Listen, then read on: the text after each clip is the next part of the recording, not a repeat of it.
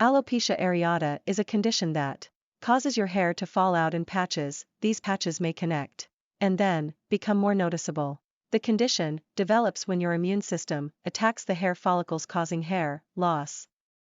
So, today in this video, I will share solution of this problem. 1 tablespoon of fenugreek seeds powder. 1 tablespoon of fresh aloe vera gel. 1½ tablespoon of yogurt. 1 tablespoon of coconut oil. Apply this hair mask and your mask is ready. Wash it of mild shampoo. Use this hair mask twice in a week. Fenugreek rice water. 1 cup of water in a bowl.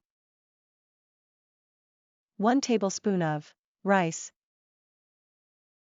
1 tablespoon of fenugreek seeds. Mix it well and leave it for 4 hours. Add in spray bottle. Use this water on your scalp. Use it 2 to 3 times in a week.